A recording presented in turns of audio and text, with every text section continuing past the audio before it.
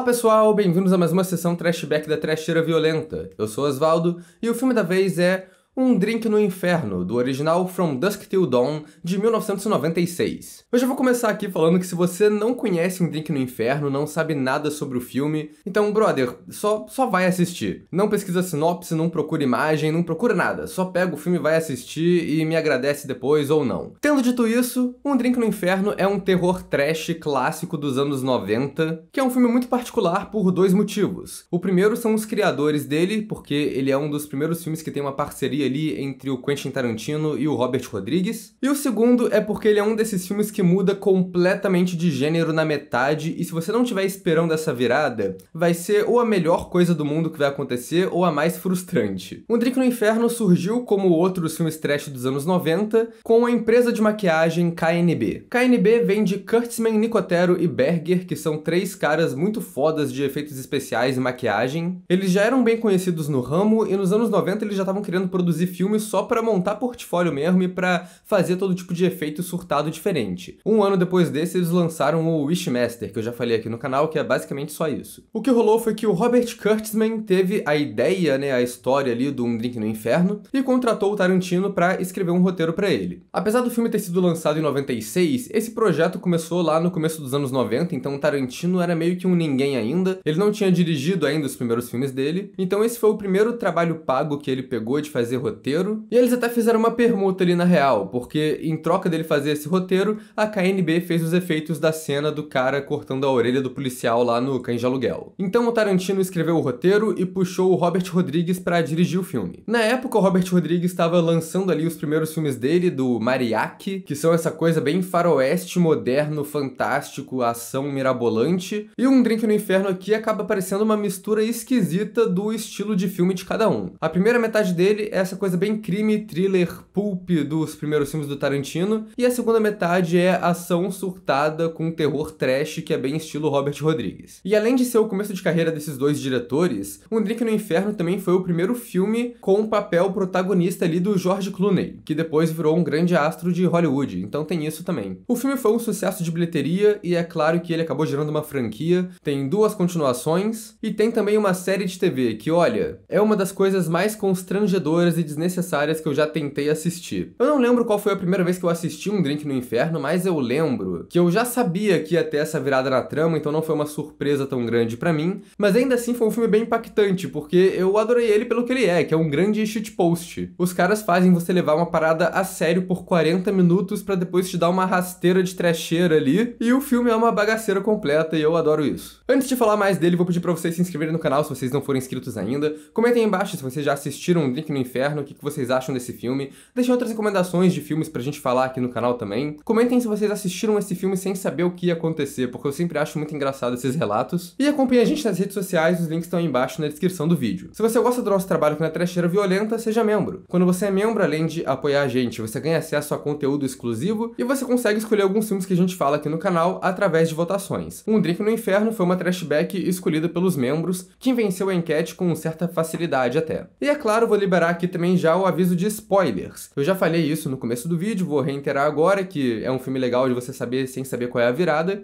Eu até vou falar separado aqui na review, o máximo que eu conseguir, da primeira metade e da segunda metade, mas ainda assim estejam avisados que vai ter spoiler nesse vídeo. Então é isso e vamos nessa. A primeira metade do Um Drink no Inferno, então, é sobre os irmãos Gecko. São dois irmãos criminosos, interpretados pelo George Clooney e pelo próprio Tarantino. Os dois roubaram um banco, mataram um monte de gente e estão tentando fugir pro México para se esconder da polícia. Para fazer isso, eles sequestram uma família que tem um trailer para eles poderem entrar disfarçados lá dentro do negócio. Essa família consiste no Harvey Keitel, que é um pastor que perdeu a fé depois da morte da esposa, o filho dele, que é o Scott, e a filha dele, que é interpretada pela Juliette Lewis. Para falar a verdade, não tem mais muito acontecendo nessa primeira metade, é mais sobre a relação desses personagens ali e essa situação tensa de refém pela qual eles estão passando. Mas os personagens, pelo menos, são quase todos bem caracterizados. Quer dizer, é aquele de diálogo clássico do Tarantino, é tudo muito embelezado, tem muita frase de efeito, o que acaba servindo ali pra dar uma personalidade legal ali pros personagens. Mas além disso, todos os atores estão mandando muito bem aqui. Os irmãos Gecko têm uma dinâmica simples, de que o Seth, o George Clooney, é o ladrão sensato e profissional, enquanto o Rich, o Tarantino, é o psicopata pervertido. Eu acho que o maior mérito do Clooney aqui é como ele consegue criar esse personagem que é escroto, ele é ameaçador, mas ao mesmo tempo ele é muito carismático e consegue fazer a gente gostar dele ali. Ele inclusive fica puto com o irmão dele quando ele começa a matar gente sem motivo. Então o filme estabelece ele como essa figura ali meio anti-herói, que é um ladrão que tem um código de honra. E o personagem tem essa tatuagem enorme no pescoço ali, que é um jeito bem legal de fazer um visual distinto pra ele, uma parada memorável ali. Já o personagem do Tarantino é só escroto mesmo. Fica bem claro que ele é desequilibrado ali no começo do filme, ele tá sempre achando desculpa pra matar as pessoas, mas também fica implícito que isso pode ser coisa da cabeça dele, porque tem cenas que a gente vê que ele tem alucinações ali. Ele vê a Juliette Lewis virando pra ele e pedindo pra ele comer ela, que é uma parada que claramente não aconteceu ali. Então fica implícito que essas coisas que ele fala que aconteceu, que são mentiras e desculpas pra ele matar a galera, na real são alucinações que ele tá vendo e não tá sabendo distinguir da realidade. Apesar de que a primeira cena, que é o tiroteio na loja de bebida, tem um toque de direção legal ali. O Tarantino mata o xerife porque diz que viu o atendente pedindo ajuda com a boca ali. Mas o curioso é que nessa cena o Robert Rodrigues não mostra o close no atendente na hora, ele foca só na reação do xerife. Então é ambíguo o suficiente ali pra gente não saber se ele pediu ajuda mesmo ou se foi invenção ou alucinação do Tarantino. Ao mesmo tempo também tem essa coisa de que o Tarantino surta mais tarde no filme quando o George Clooney chama ele de doido. Parece que isso é meio que um gatilho ali pro personagem. Então talvez ele tenha matado o xerife porque o xerife chama os dois irmãos de doidos ali naquela cena também. Mas tendo dito isso, eu acho que enquanto a gente consegue criar uma empatia pelo Seth Gecko ali, pelo personagem do Tarantino é mais difícil mesmo. Isso porque ele é pervertido, porque tem essas cenas que ele tá olhando a personagem da Juliette Lewis ali dos pés à cabeça, e porque ele é meio burro também, do tipo, eles estão escondidos no banheiro do trailer, tentando passar despercebidos ali pela fronteira do México, e ele decide puxar uma discussão de trivialidade com o irmão. Isso é muito estúpido, e quando o George Clooney só dá um socão na cara dele pra calar a boca dele, é um dos momentos mais gratificantes do filme. A família do Harvey Keitel eu acho que tem menos caracterização. Ele tem esse filho chinês, fica implícito que ele é adotado ali, mas ele não faz muita coisa o filme todo. A Juliette Lewis é caracterizada como um tipo de final girl de filme de terror. Ela é a menina cristã, certinha, que se veste de um jeito meio conservador ali, mas que no final ela aprende a lutar e a se virar sozinha. E o próprio Harvey Keitel tem mais caracterização ali, ele é um bom personagem. É esse drama que a gente já viu várias vezes, até recentemente aqui no canal no vídeo de Sinais, que é o padre que perdeu a fé por causa da morte da esposa. Mas ele é um pouco mais desenvolvido porque não é só esse exatamente o drama. A questão é que ele ainda acredita em Deus, ele só não gosta mais dele. E é claro que isso acaba sendo relevante pra trama depois, porque ele recuperar a fé dele é uma parada muito importante pros personagens na segunda metade do filme, e eu acho engraçado que isso acontece com o ladrão profissional ali, trambiqueiro, dando um discurso motivacional pro padre. Isso é muito bom. E eu gosto que tem essas sutilezas no roteiro e na atuação do Harvey Keitel. No começo, quando ele tá discutindo a falta de fé dele com a filha, ele fala palavrão à vontade. O filme inteiro ele fala palavrão, eu acho. Mas aí na cena que ele volta a acreditar, ele volta a fazer o papel de padre, aí o George Clooney pede pra ele repetir uma frase que tem um palavrão, e ele repete tudo, mas o palavrão ele se censura, porque agora ele não vai mais falar. E eu acho legal como a história dele é contada de um jeito meio natural ali na trama, porque o Seth Gecko tá segurando o cara de refém ali, mas fica perguntando da vida dele de um jeito meio descontraído, como se eles fossem amigos ali. Eventualmente o padre perde a paciência e manda o George Clooney se catar, porque, né, porra, ele tá mantendo o cara de refém. Mas ainda assim eu acho que é uma cena legal pra caracterizar os dois e que mostra o George Clooney ali como um cara realmente interessado na vida do padre, talvez. Ainda falando de elenco, eu acho doido como eu vi nos créditos iniciais que o nome do John Saxon tava aqui. Eu fiquei, gente, ele tá nesse filme? Ele aparece em uma cena só, quase uma ponta, como um policial na TV que tá caçando os irmãos Gecko. Ele tá lá pra dar um diálogo expositivo pra estabelecer os irmãos, falar do histórico e da ficha criminal deles, mas é só isso que ele faz no filme. A galera adora falar desse universo compartilhado que tem os filmes do Tarantino e do Robert Rodrigues, e esse filme aqui é um dos principais nessa parada. Ele tem umas conexões com outros filmes dos dois aqui. O principal é o personagem do xerife do começo, que é o Earl McGraw. Ele morre na introdução desse filme, mas é meio doido, porque ele meio que aparece em vários outros filmes depois disso. Ele aparece em A Prova de Morte e no Kill Bill do Tarantino, e também no Planeta Terror do Robert Rodrigues. E tem também outras referências ali nessa primeira metade a outros trabalhos do Tarantino. A gente tem aquele famoso plano de dentro do porta-mala do carro, que é um recorrente nos filmes dele, e aparece também a marca do hambúrguer Big Kahuna, que é a rede inventada lá pra cena famosa do Pulp Fiction. Mas apesar disso, e apesar da galera falar muito que a primeira metade parece que foi dirigida pelo Tarantino, eu acho que o filme todo tem cara de Robert Rodrigues, pra falar a verdade. Porque, né, o cara foi o diretor e o montador do filme. O que mais grita Robert Rodrigues aqui pra mim é toda essa ambientação e esse visual de filme de faroeste moderno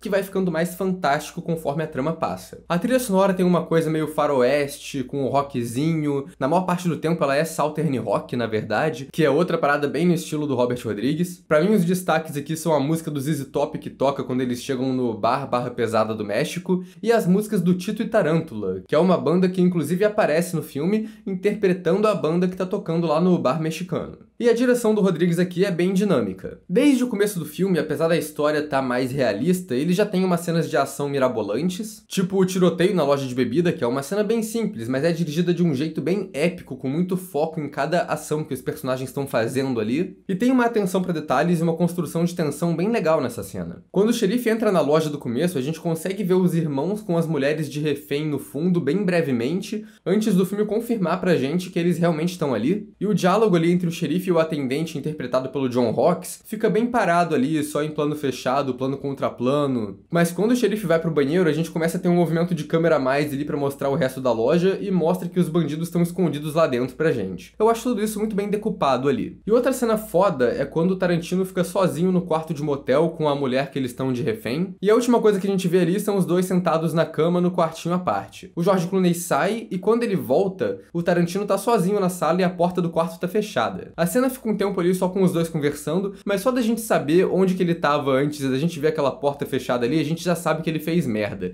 E vai construindo uma tensão até o George Clooney se tocar e perguntar: qual é? Cadê a refém? O Tarantino obviamente matou a refém, mas o filme mostra isso pra gente de um jeito bem doido também. Eu achei uma direção bem criativa nessa parte e considerando que é o Robert Rodrigues que tá fazendo isso, é bem contida. A gente nunca vê diretamente a carnificina ali que ficou com o corpo da mulher. A gente vê mais a reação do George Clooney, meio horrorizado e puto com a cena, e aí vão piscando vários flashes do quarto sangrento e de planos detalhe do corpo da mulher, que vão entrando na cena meio que pontuando cada frase ali da discussão que os dois irmãos estão tendo. E eu acho curioso que apesar dessa primeira metade do filme ser tensa e ser essa coisa mais thriller, ele ainda tem os momentos de humor estúpido na direção. Umas coisas meio George Clooney dando esporro no Tarantino, falando que eles têm que se manter ali como low profile, enquanto a loja de bebida explode grandiosa atrás deles. Mas eu acho legal que conforme o filme vai avançando, a gente vai percebendo que tem alguma coisa esquisita ali. Essa primeira metade é um visual mais sóbrio, uma coisa bem neo-western mesmo, eles passando por um deserto todo claro ali de dia, atravessando a fronteira. Depois que eles entram no México, o filme muda para um visual mais sombrio, tá de noite agora também, né? Mas o próprio design dos ambientes, que era uma coisa mais realista, começa a virar uma coisa mais surreal. Aí eles chegam nesse bar mexicano que eles tinham combinado com o contato deles ali do México, que é o Titty Twister, ou o Torce-Teta, como dá pra traduzir. E o bar é uma parada super estilizada, com uma arquitetura antiga meio asteca, uns sinais de neon super elaborados e uns personagens bem caricatos ali. E é aí que o filme começa a mudar. O relacionamento dos personagens fica mais leve ali, o George Clooney fica menos ameaçador com a família e começa a ficar amigo da galera e basicamente os irmãos Gecko deixam de ser os vilões da trama. Até o Rich, que era bem escroto, tem um momento mais amigável ali com o filho do pastor quando eles entram no bar, e o pastor continua sendo afrontoso com o George Clooney, mas dessa vez é uma coisa mais do George Clooney começando a respeitar ele ali. Mas ok, os personagens e o ambiente começaram a ficar meio exagerados, bem estilo filme de ação fantástico do Robert Rodrigues, mas até agora não teve nada de terror ou trash nesse filme, né? Pois então os irmãos Gecko arranjam uma briga com o pessoal do bar, o Tarantino esfaqueia um deles. No meio da confusão a gente tem um plano detalhe da faca na mesa e mostra que o sangue do barman é verde. E ao mesmo tempo a dançarina interpretada pela Salma Hayek começa a ficar muito sedenta ali pelo sangue do Tarantino que tá na mesa e tá saindo da mão dele. E aí, depois de 1 hora de filme sem aviso prévio nenhum, a Salma Hayek se transforma num vampiro e ataca os personagens. E aí é isso, o filme vira um filme de vampiro e foda-se, meu irmão. Isso é uma virada de trama, assim, uma mistura de gênero que eu acho muito ousada e eu acho que mais filme tinha que ter coragem de fazer isso. Porque tem esses filmes de terror, tipo de sobrenatural, qualquer coisa que você assiste hoje em dia, você já sabe como ele vai acabar no momento que ele começa. Porra, se esses filmes metessem uma virada dessas na metade, porra, ia ser tão mais divertido. Acontece então que todo mundo que trabalha nesse bar é vampiro e eles prendem todo mundo lá dentro do bar e começam a atacar geral. Os personagens que a gente estava acompanhando, junto com dois personagens que a gente conhece ali na hora, conseguem se livrar de todos os vampiros dentro do bar, mas aí eles ficam presos nesse lugar com uma tropa de morcegão esperando para entrar do lado de fora, e o filme vira basicamente Madrugada dos Mortos em um bar trash no México com vampiros. E ele fica muito trash em relação a tudo. Os personagens, a ambientação, os vilões, os efeitos, até os detalhes mínimos ali, do tipo, eles tampando todos os buracos e entradas possíveis do bar, com membros decepados ali que são obviamente falsos. Os dois personagens novos que brotam ali também são muito fodas e roubam a cena, apesar deles terem uma participação bem pequena. Tem o Sex Machine, um nome ótimo aqui, traduz literalmente pra máquina de sexo, que claramente é uma referência à composição clássica nacional Chatuba de Mesquita. Ele é interpretado pelo Tom Savini, que é uma lenda dos efeitos especiais de terror lá dos anos 70 e 80. Ele tem várias coreografias maneiras lutando com os vampiros, e tem uns itens peculiares que ele usa pra lutar contra eles, tipo um chicote e um strap-on que é um revólver. Eu acho ótimo que isso é estabelecido antes no filme, com ele roubando cerveja de um cara com o chicote e ameaçando ele com a piroca pistola dele ali. E esse outro cara que tem a cerveja roubada é interpretado pelo Greg Nicotero, que é outro artista de efeitos especiais muito famoso no terror. O que eu acho que é uma cena que resume bem essa segunda parte do filme, que é olha só, é só a galera de efeitos brincando, porque é basicamente isso. O Sex Machine eventualmente é mordido por um vampiro, e os vampiros aqui aparentemente funcionam igual zumbis, você é mordido por um e já era, vai virar essa porra. Aí ele tem uma cena com uma direção muito cômica dele lentamente se transformando pouco a pouco e tentando esconder, que é muito engraçado e funciona, o Tom Savini consegue interpretar bem ali o personagem. O outro personagem novo aqui é o Frost. Ele é interpretado pelo Fred Williamson, ator veterano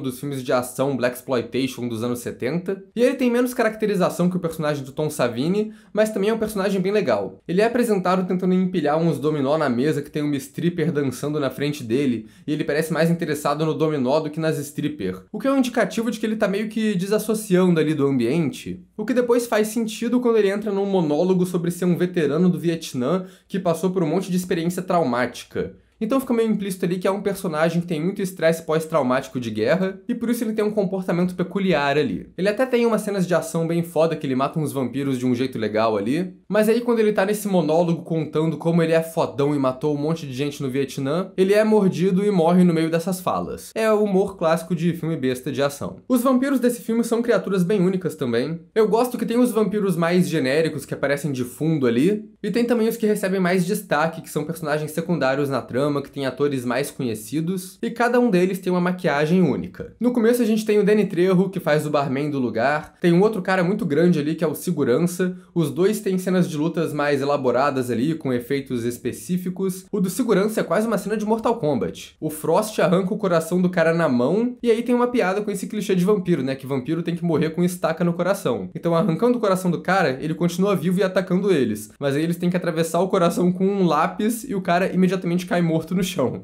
É uma parada que é estúpida e espertinha ao mesmo tempo. A banda que tá tocando no bar, né, que é o Tito e Tarântula, se transformam em vampiros e continuam tocando música, mas usando uns instrumentos feitos de partes do corpo humano. Isso é outro visual muito trash que é muito bom. E é peculiar que eles nem morrem, eles só fazem uma explosão ali numa bola de fumaça e vão embora do filme como se fosse um teleporte mágico sem mais explicação. E a gente nem questiona muito isso também, fica bem claro que o filme não tá ligando muito em ser coerente. A Salma Hayek tá no filme também, né, já mencionei ela aqui. Ela interpreta uma dançarina chamada Satânico Pandemonium, que provavelmente é uma referência a um filme exploitation velho mexicano. E ela, na real, nem aparece tanto no filme. Ela é a última desses personagens do bar pra aparecer, porque ela tem toda essa construção pra cena de dança dela. Aí ela aparece, faz essa dança sensual em cima da mesa, com uma cobra nos ombros. É um momento bem icônico do filme, todo mundo lembra dessa cena. E ela é a primeira a virar vampiro. Ela mata o Tarantino e depois, no meio da confusão, ela tá atacando o Seth Gecko, mas ele se livra dela bem rápido jogando um lustre na cabeça dela, bem coisa de desenho animado.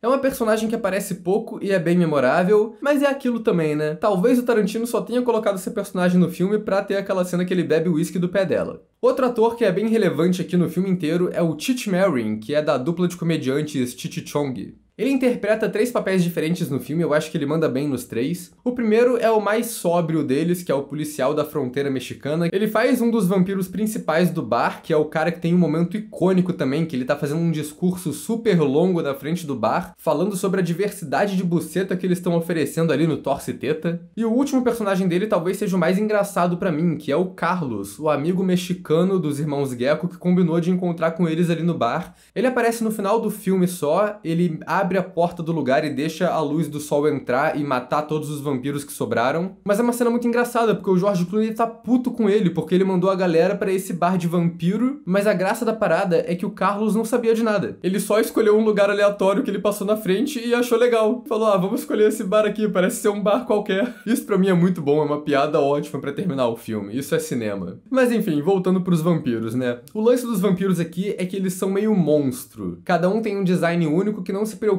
em ser fiel àquela coisa do vampiro que a gente conhece, que é uma pessoa normal com dentinho. Quando o Tarantino vira vampiro, ele fica parecendo uma coisa meio mordomo da família Addams. Quando o Frost vira um vampiro, ele vira uma parada completamente diferente, que tem uma bocarra demoníaca grotesca ali. Quando o Sex Machine vira um vampiro, ele parece só o Tom Savini com uma maquiagem de vampiro ali um pouquinho elaborada, mas aí tem uma sacada legal no roteiro ali. Mais cedo, eles falam que os vampiros desse filme são meio molengos. Essa é outra parada bem única desses vampiros, né, que todos eles são muito frágeis e podem ser atravessados com qualquer madeira. E o Sex Machine fala que um bom puxão provavelmente deve arrancar a cabeça desses vampiros fácil. Igual o Crepúsculo, se parar pra pensar. E é isso que rola com ele no final. O Seth Gecko arranca a cabeça dele com o próprio chicote. Mas aí o corpo sem cabeça dele vira um ratão vampiro gigante. Quer dizer, por que não, né? A única regra desse filme é a regra do efeito especial. Se os caras sabiam fazer e podiam fazer, eles foram lá e fizeram. E aí tem um vampiro rato gigante brabo de efeito prático que ataca os personagens. Isso é muito foda.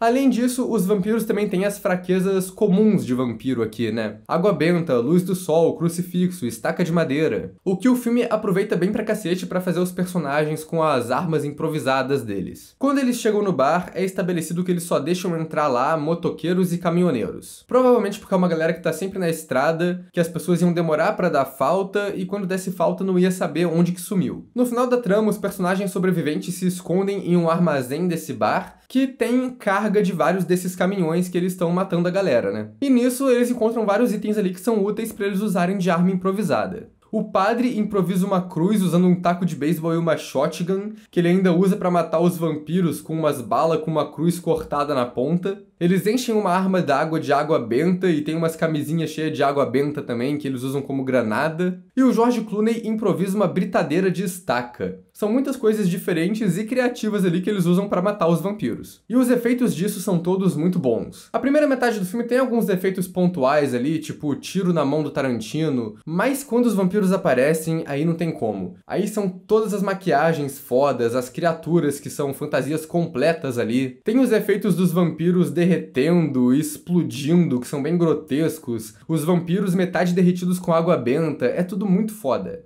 As cenas de ação em si são construídas ali com coreografias com efeitos criativos. Tipo no final, que o padre atravessa o vampiro com a shotgun e começa a atirar em outros vampiros usando ele pra recarregar o negócio. E outra coisa que eu gosto dessa parte final toda é que os personagens são espertos. Eles sacam na hora que os inimigos são vampiros, eles já sabem como lidar com eles porque eles conhecem vampiros. E depois que eles se reúnem pra discutir a situação, são uns diálogos muito bons, muito engraçados ali. O George Clooney faz um grande discurso sobre como todo mundo ali tá lidando com um vampiro e ele não quer ouvir ninguém negando a situação e falando que não acredita em vampiro porque tá óbvio o que é. Então ele já mata esse clichê de ter galera negacionista logo de cara. E aí os personagens entram numa discussão enorme sobre o que eles sabem de vampiros como fraqueza ali, entram numa discussão de filmes com referências a filmes clássicos de vampiro, até o Harvey Keitel cortar todo mundo falando: porra galera, ninguém lê um livro sobre o assunto, vocês só sabem falar de filme. Então eu acho legal como esses personagens são bem autoconscientes ali. E por último, eu acho ótimo que o filme não tem uma explicação oficial pra tudo isso que acontece, mas o plano final dele mostra a parte de trás do bar, que dá mais ou menos uma explicação visual ali pra gente. Porque a câmera afasta e mostra que o bar na real é esse templo asteca velho enorme que tá parcialmente enterrado, e a parte de trás dele virou um grande cemitério de carro e caminhão quebrado que eles estão despejando lá. o que dá uma sensação de que esses vampiros são anciões, estão nesse templo há séculos já mataram muita gente ali, e é um final muito foda, cara. E é muito doido que você terminando esse filme com vampiros anciões astecas, tu até esquece que ele começou como um thriller de sequestro. Sério, pra mim esse filme é genial em muitos aspectos, mas acho que o principal pra mim é que ele é essa grande piada. A virada na trama é sensacional e pra mim ele consegue sustentar bastante ela, porque ele é um filme despretensioso e ele é bem divertido no fim das contas. Como eu já disse várias vezes aqui, eu acho esse filme foda.